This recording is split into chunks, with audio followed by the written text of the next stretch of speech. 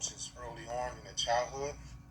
I know I was, and so I think most of them are, all of them are. But what happens is we become emotionless, right? We become careless, right? Less care, right? Not being careful, not being caring, and so it sticks. And it's in between ages of 2 and 25. But at 11, for me, my emotions had stopped developing. So a lot of times I'm a grown man, but I'm a grown man with the heart and the mindset of a kid. Can't process, emotions. I'm a grown man that's like I'm not gonna cry.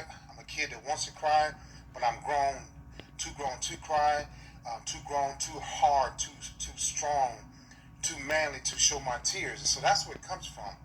And you won't notice until a person goes into therapy, because if without therapy, without talk therapy, sitting on the couch one on one with a psychiatrist or psychotherapist or psychologist, right? They won't know, they won't understand why they do these things. So that's why they go through life angry, pissed off, because they can't process. Well, the reason why, Leon, this is what happened to you as a child. Oh, that's why I'm mad. I'm mad at my uncle. I'm mad that my parents got divorced, and it hurt me. I thought my mother discarded me. I thought my dad didn't think too highly of me because I didn't play football long enough. I didn't go to the NFL. I didn't box long enough. So this is why my parents are mad at me. And so I started getting mad at my kids because I was living my life like vicariously through them.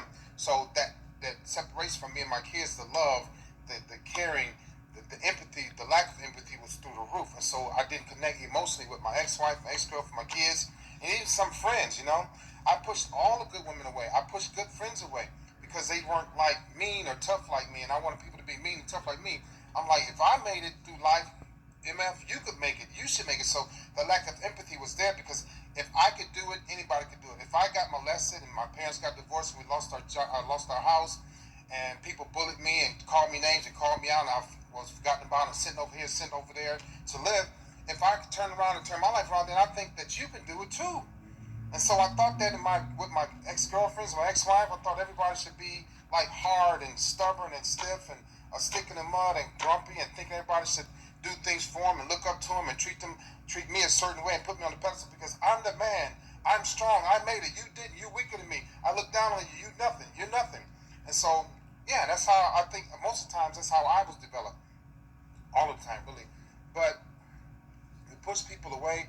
I pushed all the good women away. I was afraid of the ones that I could like. I was afraid of the women that I could like. I knew narcissistic people, just me. I knew who I could like. I knew how I could get to them. I knew how I could be for them. I knew how I could be with them.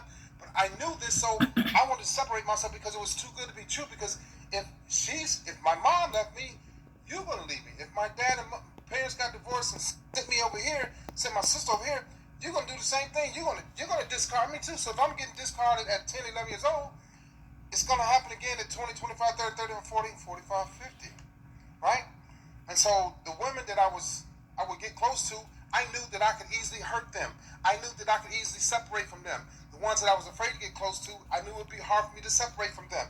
So I had to do it right when I was strong and emotional and being mean and having the courage and having the nerve to discard them when I could hurt them and feel good about hurting them because I knew I was going to like them. But the ones that I would go to, I knew that I wouldn't like them, so it was easy for me to hurt them because hurting them and pushing them away, I wasn't losing anything. They were too far away from being like family. The ones that were taking care of me, the ones that were nurturing, were too close, like being like family, so I couldn't get close to them. So that's why these men don't get close to you, because they know that they can like you. They know that they can try to love you. They know they can put time and effort in being with you, but they're afraid of being hurt like they were a little child. They're 40, 45, 50, 30, 35, 40 years old physically, but mentally they're 10. Mentally they're stuck at 10 years old, being yelled at, being screamed at, being punched, being sent to orphanages, being put into the foster care system, dealing with their parents' divorce, going to court at 10 years old, being yelled at, being forgotten about, all of that. They're mentally 10 years old. They're big, strong men and good-looking women and good-looking men, handsome men, right? But they're 10 years old emotionally. They're not going to fix it until they go to therapy and sit down one-on-one with a psychiatrist, a psychologist, a psychotherapist, and say, Leon, this is what happened. Oh, Leon, we're going to talk about forgiveness next week.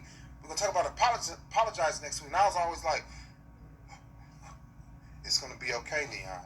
my brother, my sister's going to be okay. Go through therapy so he can live longer. That's what I'm trying to do. It's hard. I'm giving back. I have tough days. I do. But I like who I am now. I thought I liked who I was before. Now that was Satan. You have a great day.